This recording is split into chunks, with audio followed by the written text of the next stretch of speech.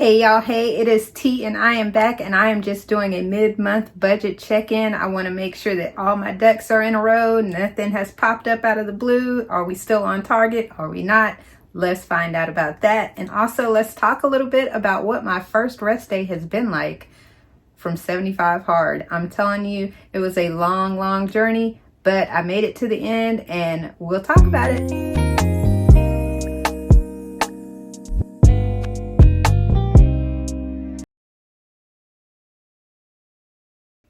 First off, let me say, if you are new to my channel, welcome. And if you are not new, welcome back. My name is T. I do a little bit of everything on this channel, but I do focus heavily on finance and budgeting content because I really enjoy budgeting. And so I wanted to give a little backstory on me. I started getting very serious about becoming debt-free at or around 2020, 2021. That was when I really decided that I could actually become debt-free. Before, I was really aggressively paying my debt. I had a tremendous amount of credit card debt that I was trying to get rid of, and I did get rid of a lot of it, but I still had some when I first started my debt-free journey. And my debt total was around a little shy of $217,000. And at that time, I just started throwing everything I could at debt, whatever I could. I had the mortgage, I had a student loan, I had credit card debt, I had a car loan. I had all of these things at the time.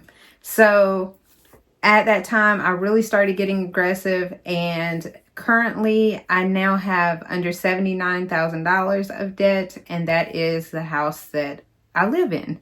I do not have any credit card debt. I have no loan debt. I have no, including student loans, I have no student loan debt. And I started with $73,000 in student loan debt. My original balance was $76,000. I had been paying on that for years and years, and the balance was not going anywhere. But I did finally get that paid off in November of 2024. And trying to think of anything else I had. My car loan was, when I started this journey, I only had about $10K left on the car. So that was one of the very first things to go. But I do not have any debt remaining except the mortgage on the house. So I wanted to check in, a mid-month check-in, to see where I'm standing with my budget. I had to make a revision earlier this month due to some business expenses that would be on one of my cards. And so even though that money is not coming out of our bill budgeted money, it's still going to be on my card. And because I pay my bills with my cards, I wanted to include that. So I did. And I adjusted our budget to $4,361.04. And currently we are not over budget. Everything has come out now, but we still have about $300 remaining, $298 to be exact. So I'm not sure if we will use that or not. We'll probably use some of it because my bill budgeting cycle for the month ends on the 24th. So we have a week. So it's possible that we will use that up, but we should not go over budget, which is a great thing. So this is just a brief intermission on talking about why one would want to be debt-free. I hear a lot of people that say, well, you're always going to have bills. You're always going to have debt. Well, you'll always have living expenses. Yes, you're always going to have food. Yes, you're always going to have to put gas in the car. Yes, you're going to have lights. Yes, you're going to have all of those things. Those are necessary things for you to just live. Yes, you're always going to have those things. However, debt is a completely different thing because it is a set amount of money that you're having to shell out every month for a specific purpose. It's not fluctuating. It's nothing you can control. It's this is what it is and this is what it's going to be until you finish paying it. And because of that, debt can be very budget consuming. It can consume so much. I mean, our car notes, what are they now? They're running anywhere from $700 to $1,000 a month. there's a lot you could do with $700 to $1,000 a month if you did not have that debt. So that is the reason why paying off debt is so important, because it actually frees your money up to be able to do other things. It makes life more enjoyable because you don't have those stressors of, I have to have this come out this month. It does take a lot of stress and pressure off of you when your debt is as low as possible. Yes, we will always have expenses. Yes, we will always have to pay something. But there is a significant difference in paying for just the items that you need to live and having those extra bills that are coming out for other things. So that is the reason I started my debt-free journey, is because I found that as I was paying that debt down, as it was getting lower and lower and lower, it was more and more relief coming to me. I was getting more and more relaxed, less stressed, because I knew that regardless, I would have that extra money that was going to debt to cover things that could be emergencies, to save for my future, and just to have. So it's been a journey, and it is tough to start, but it is a very important journey because it improves your quality of life over time.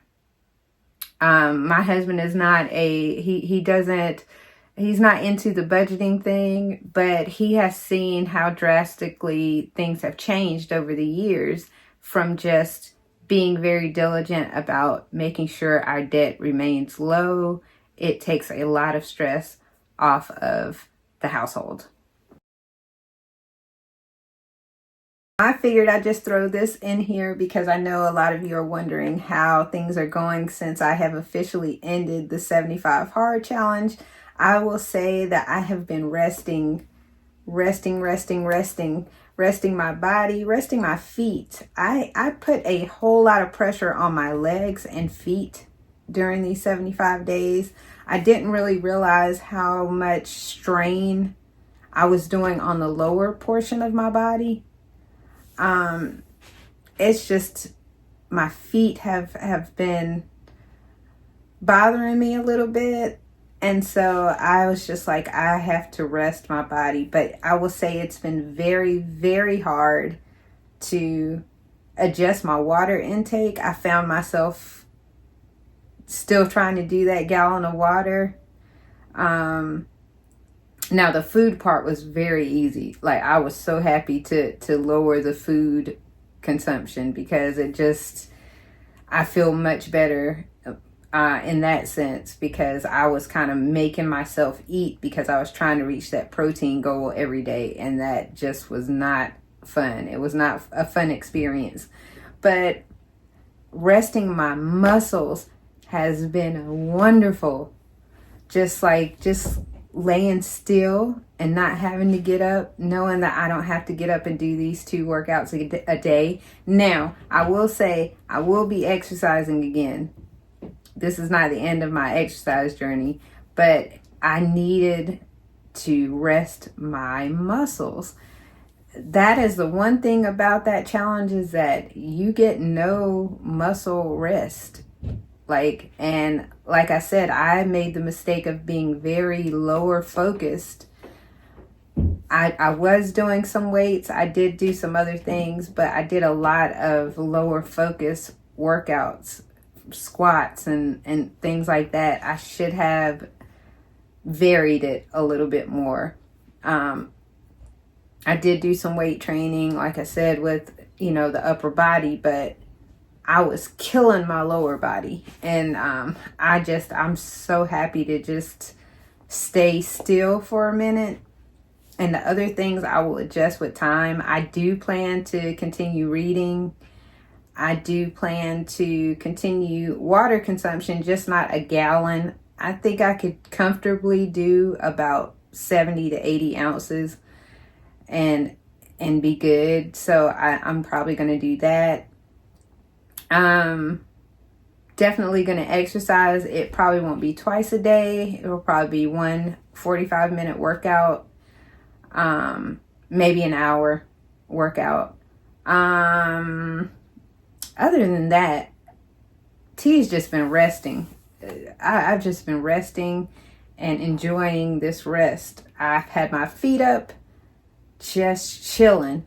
I needed this break, and I may take tomorrow as well. And then after that, I've got to get back to moving. I've got to get back to some kind of regimented routine. But I will have a little bit more time now because I don't have all these other little things that I got to check off a list to complete. So I'm very, very happy about that. It is a very eye-opening experience.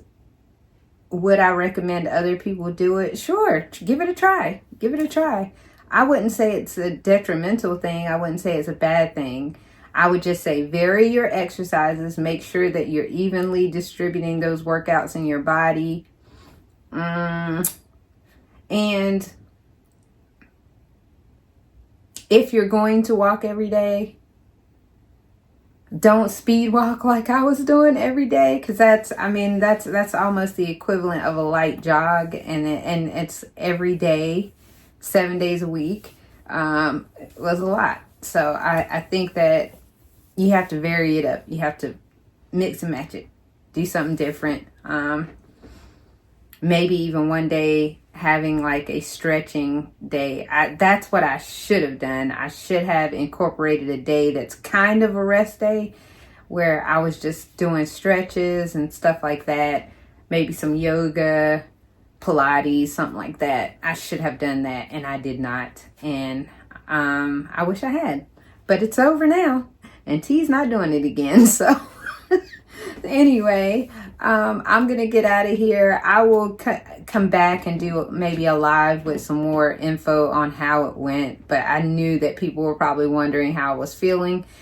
And I'm feeling good. Just resting. So I will talk to you guys soon. And I hope you have a great rest of your day. Peace.